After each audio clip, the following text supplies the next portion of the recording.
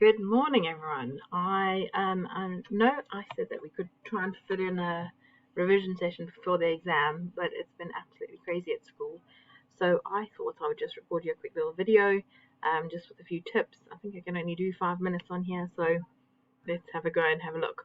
The first thing that I just wanted to say was, please don't forget, I did send you this computer revision sheet. If you want me to resend it to you, I'm happy to. It basically has all the topics that need to be covered for my exam on Friday. The green ones are the ones from the whatever it's called. Anyway, there's also links here to Seneca, the maths tutor, Craig and Dave's videos, etc., etc. These are the textbook links. These are the zigzag book, the tiny little textbook that I printed for you. And at the bottom, I've also got a link to crosswords, flashcards, the Craig and Dave videos. These are PowerPoints of the videos, so if the videos go too quickly for you, you can go and work through PowerPoints, my PowerPoints, and obviously some Quizlet stuff. Okay, so this is really good, packed full of everything you need for the exam. One thing though that I did want to just go over with you was exam stuff that, because I've just done this exact exam with the year 12s, and I have sent it to you, so please feel free to go through it on your own. But I'm just going to pick up some stuff that they went wrong in. First of all, if you get a question like this, where you get the procedure and it asks you to find the value of 10, if 10's put in, all you're doing is substituting wherever there's the word number, you're going to put the number 10 in, and you get an answer. So it's very simple, these. Please just literally, wherever the word number is, put the number 10 in, come up with an answer, then put the number 14 in and come up with an answer, 27 come. These are very easy 3 marks there. This question here, a lot of them got wrong. The thing that seemed to get them, let me just see if I can get the highlighter, is it says explain why this I put Sam instead of hello Sam. And they all gave me lovely descriptions of stuff that didn't really make any sense. The thing that you're looking for here is this in-text by value. One of the things that they have said you need to learn is passing parameters by text and by value. So that when you see anything like that in a question, even if it's not mentioned by value or by reference here, you want to be talking about it in the answer. Okay, so read the questions carefully, look for something that says by val or by ref. And the answer here is like parameter or the name is passed by value rather than by reference. By value does not change the original variable name. Alright, so something like that is for by value and by reference. Another thing that a lot of people seem to go wrong on is if they ask you where a recursive function is. Recursive just means it calls itself. So look for the name of the program. So here we have a program called calculate. Anywhere that calculate is called, that is the recursion. So it's got nothing to do with loops. It's literally wherever this program calls itself. So in this case, it would be line 5 and line 7. Alright, so if they ask you where recursion happens, just look where the name of the function is and where it calls itself, and those are the lines you can put in. Don't put in extra lines. Alright. This was a bit of a tricky one because it actually was about passing by reference again.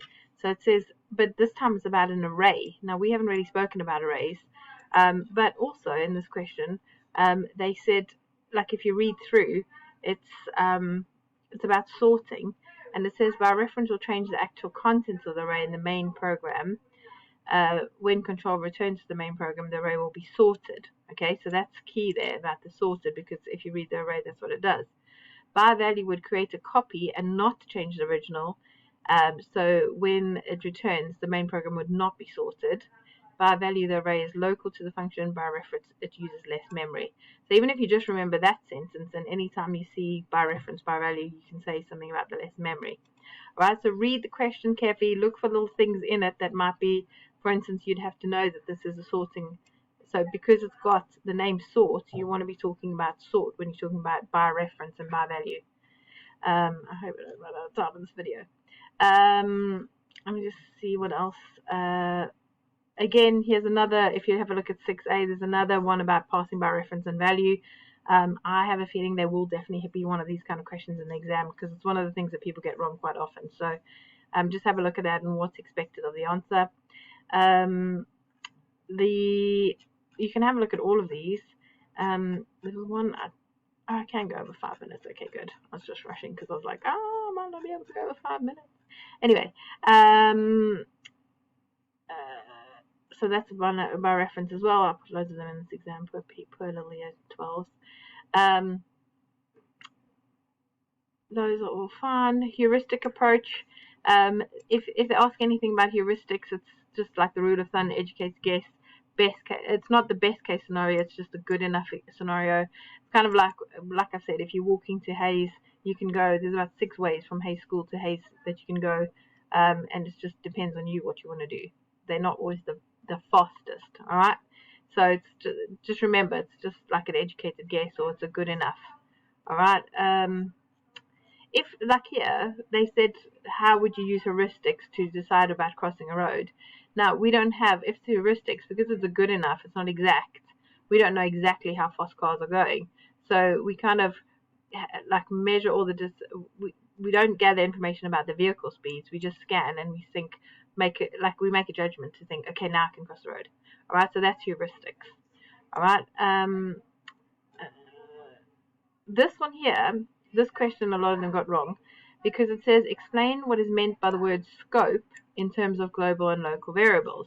Now, they weren't asking you to define what a global or local variable was, which is what all the year 12s did. They wanted to know about scope in relation to it. So if you have a look here, a range of statements or procedures or functions or methods that a variable is valid for. All right, so that's the scope of a global variable or local variable. A local variable takes a precedence over a global variable of the same name and allows the same identifier to be used for a different purpose without conflict. All right, so I know definitely global and local variables are in there. Again, just read the question. They said, what's a variable? Most of you should be able to say that it's an identifier or it uses a memory location. But look for words like scope towards global. I mean, you're welcome to say a global variable is, a local variable is, and then define scope. And then you're covering all your bases. I would do that, really. All right, this one is about visualization of an array. The thing, if they ask you a question about visualization, is, for instance, that arrays don't look like a table. So if you have a look here, arrays are not actually a table. All right. Pipelining's fun. Caching. All right, so caching. When you're talking about, I can't remember if caching's was in the pre. Just remember, if they ask you a question like this about caching, where people have always gone wrong is that this is about an accident and emergency room. So you want to explain caching, but then you also want to apply it to the problem. All right, because it says describe what is meant by caching and how it can be used within this simulation. So because it's about an accident emergency room, you want to talk about patient's details. So you can store patient's details. You can design people in the simulations like doctor and nurses. You can design specific rooms. All right, so that's what I'm saying. And Ms. Rowe always says, read the question, underline key bits, underline key words. All right.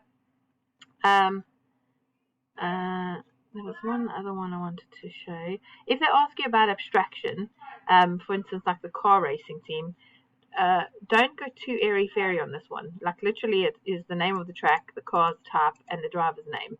All right. Don't make them all too similar either. Don't be like they can have no trees, have no building. That's too similar. All right. So try and have 3 different ones, but not too airy-fairy. I just want to see, there was one more question that they battled with. It was this one. It was a long one. It says, evaluate the use of caching and concurrent processing in the scenario and make use of recommendations to Cameron. All right, obviously you'd have to read the scenario. So the first thing you'd do here is you'd define caching, you'd define concurrent processing. But if you actually have a look at the question, it says he wants to expand the program to allow it to handle 100 million items and allow him to search for data. All right. So the key word there is actually, even though it's hidden, is the word search. He's going to have all these data items and he wants to be able to search them. So is caching good enough for that? And is concurrent processing good enough for that? So if we have a look at the answer, they start by defining caching, defining concurrent processing, and then saying how if you were going to use a cache, you can find stuff stored in the cache, but for that many items, you're going to need quite a lot of cache, aren't you? And then concurrent processing, you can have multiple processes trying to search at the same time, which will make it quicker. But it's only useful if it's using linear search or binary search couldn't be performed on this. Okay, and then at the end you have to give an evaluation. So remember, I said define the key terms, apply them to the problem, and then evaluate. But also make sure to read and underline all the key things. A lot of them just spoke about concurrent processing and caching and how that could help him in his business, but they never actually looked at the fact that he was trying to handle this large amount of data and that he wanted to be able to search it. Okay, so my key message for today is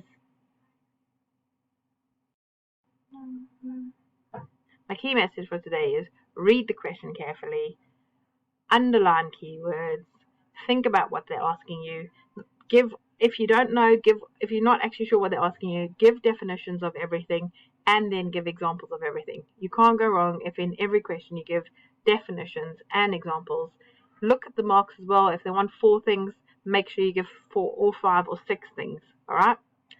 Okay, and good luck. I will see you on Friday morning.